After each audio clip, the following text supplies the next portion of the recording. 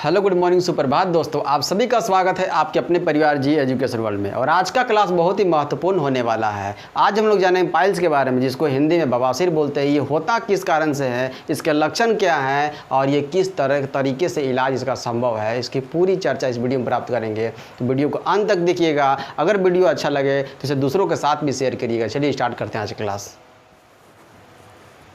हम जो भोजन करते हैं, भोजन में आपका कार्बोहाइड्रेट होता है, प्रोटीन होता है, वसा होता है, जल होता है। इस जो होता है आपका, इसमें आपका कार्बोहाइड्रेट, वसा और प्रोटीन का जो पाचन होता है हमारे छोटी आंत में होता है, जिसके देहाती भाषा में पचौनी बोलते हैं। यहाँ पर होता है तीन चीज़ों का पाचन छोटी आंत में होता है। और जो जल बच गया, जल का पाचन कहाँ होता है? बड़ी आंत में। जो दिख रहा है ना, इसमें होता है, बड़ी आंत में जल का पाचन होता है। अब समझते हैं, मुख गुहा से लेकर के गुदा तक की जानकारी लेना बहुत ज़रूरी है। जब तक इसको नहीं समझिएगा आप, तब तक ले बवासीर को आपको समझ में नहीं आएगा। इसलिए समझते हैं हम लोग कहाँ से? मुख गुहा से।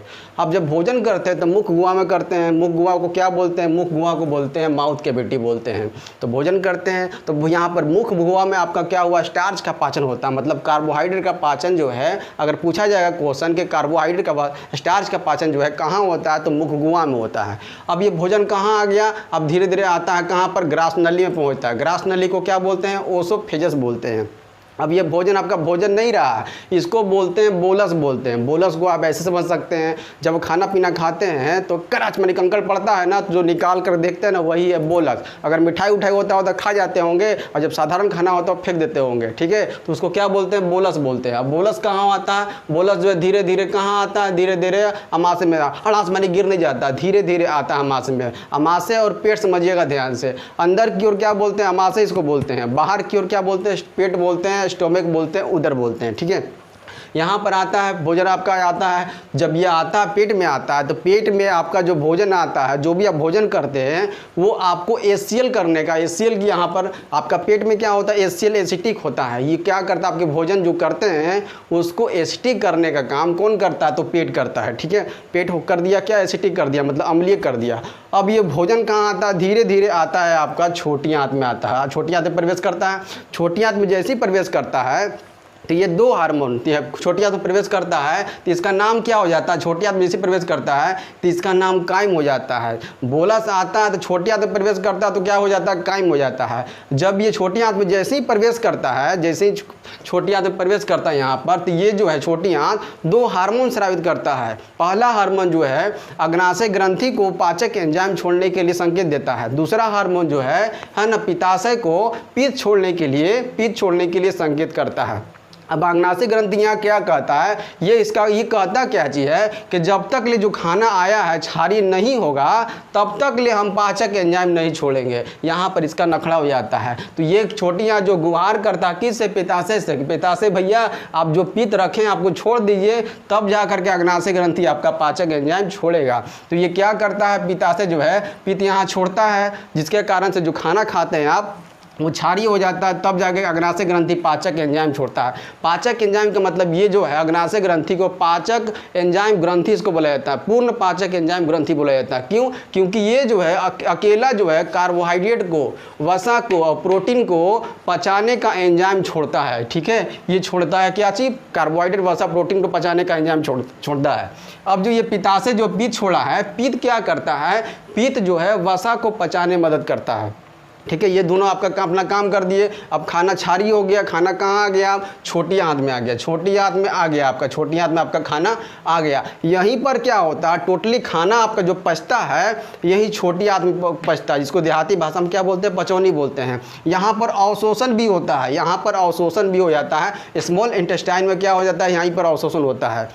अवशोषण होने के बाद फिर कहाँ पहुँचता है? सीकम में पहुँचता है। आप इस एग्जाम्पल समझिएगा, जब आप जूस वगैरह पेरते हैं तो जूस तो निकलता है, जूस तो अगर पी लेते हैं तो शरीर में लगता है वो, और जो बेस्ट मटेरियल होता है, जो कि बेकार पदार्थ होता है, उसको आप क्या कर देते हैं? फेंक देते हैं। वही बेस्ट पदार्थ समझिएगा ध्यान से, यहाँ पर क्या जो अवशोषण हुआ है आपका, अब जो खाना शरीर जो पचाया है वो पहले रक्त बनेगा, रस बनेगा, मांस बनेगा, मज्जा बनेगा, वीर्य बनने की प्रक्रिया शुरू हो जाती है। और जो वेस्ट मटेरियल बच गया है वो कहाँ पर भेज दिया जाता है, यहाँ पर सिक्का में भेज दिया जाता है। सिक्का में जब पहुँचता है जो वेस्ट मटेरियल, उसको क्या बोलते हैं, उसको बोलते हैं काइल बोलते हैं। उसको क्या बोलते हैं, काइल बोलते हैं। ठीक है, यहाँ पर पहुँच गया तो क्या बोलते हैं, काइल बोलते हैं। अब जब यहाँ आ गया तो ये चीज़ सिकम है क्या, और सिकम के साथ जो ये लगा हुआ है, देखिए जो लगा हुआ है ना, इसको बोलते हैं अपेंडिक्स। अपेंडिक्स और सीकम क्या होता है, ये सेल्यूलोज के पाचन में मदद करता है। हमारे और आपके शरीर में जो है ये सीकम और अपेंडिक्स जो है ये अवशेषी अंग है। इसका काम हमारे शरीर में नहीं है, क्योंकि हम घास और पतई नहीं ना खाते हैं, ये घास पतई को पचाने में मदद करता है। ये शाकाहारी जो जंतु होते हैं ना, उनमें ये ज़्यादा सक्रिय होता है, क्योंकि वे लोग घास पतई खाते हैं, इसलिए वो सब ज़्यादा काम किस में करता है, ये ज़्यादा काम जो उन लोगों में करता है, शाकाहारी जंतुओं में करता है। सेल्यूलोज का पाचन में मदद करता है। अब ये वेस्ट मटेरियल देखिए, वेस्ट मटेरियल कहाँ आ जाता है, वेस्ट मटेरियल जिसको काइल बोलते हैं, कहाँ आ गया, छोटी आंत बड़ी आंत में पहुँचता है। बड़ी आंत में पहुँचता है तो बड़ी आंत में पहुँचता है, जैसे पहुँचता है बड़ी आंत में, बड़ी आंत में इसमें आपका काइल में अभी भी जल का अवशोषण नहीं हुआ ना। जल का अवशोषण कहाँ होगा, तो ये बड़ी आंत में होगा। बड़ी आंत में जल का अवशोषण हुआ, जैसे अवशोषण करता है तो इसमें दो चीज़ें मिल जाती है, इसका नाम है बिलिरुबिन और एक म्यूकस। बिलिरुबिन क्या करता है, जो भी आपका वेस्ट मटेरियल है ना यहाँ पर काइल, उसमें जो है बिलिरुबिन क्या करता है, उसको पीला करने का काम करता है। आपके लैट्रिन का जो रंग पीला होता है, किसके कारण से होता है, तो बिलिरुबिन के कारण होता है। अब समझते हैं म्यूकस क्या होता है। म्यूकस जो है, जो भी आपका वेस्ट मटेरियल है उसको चिपचिपा करने के लिए मदद करता है, चिपचिपा करने के लिए मदद करता है।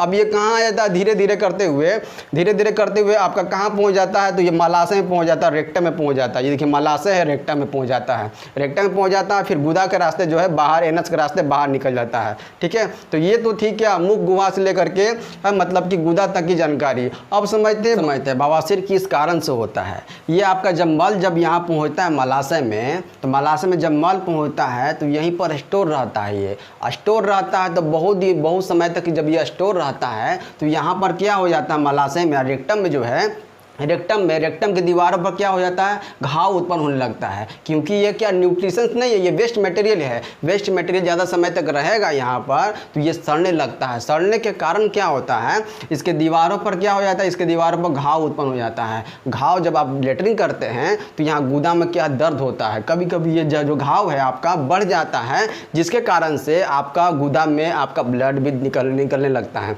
इसी को बोलते हैं पाइल्स होना, इसी को बोलते हैं बवासीर होने का कारण यही है, आपका मल यहाँ पर जमा हुआ रहता है इसके कारण से।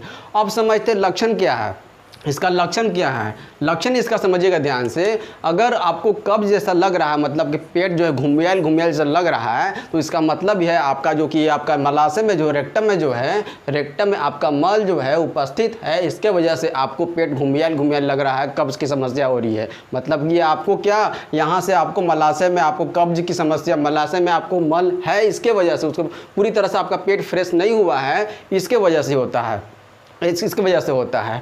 तो ये होता कि बायोलॉजिकल नियम के अनुसार क्या होना चाहिए कि हाँ ना, आदमी को 2 टाइम जो है फ्रेश होने जरूर जाना चाहिए, सुबह और शाम होना चाहिए। आजकल इतने लोगों को फुर्सत कहाँ है कि ताकि 2 समय तक ले है ना फ्रेश हुआ जाए। फ्रेश होना ज़रूरी है, जब तक ले आप फ्रेश नहीं होगा तब तक ले ये रेक्टम मलाशय में जो है आपका जो मल जो है बाहर पूरी तरह से नहीं निकलता है। यही कारण है कि आपका पाइल्स की समस्या हो जाती है। ठीक है, अब समझते हैं लक्षण के बारे में। तो लक्षण जो है आपका कब्ज समस्या हो जाता है ना। इलाज इसका संभव है कि नहीं, इलाज और घरेलू उपाय समझिएगा ध्यान से।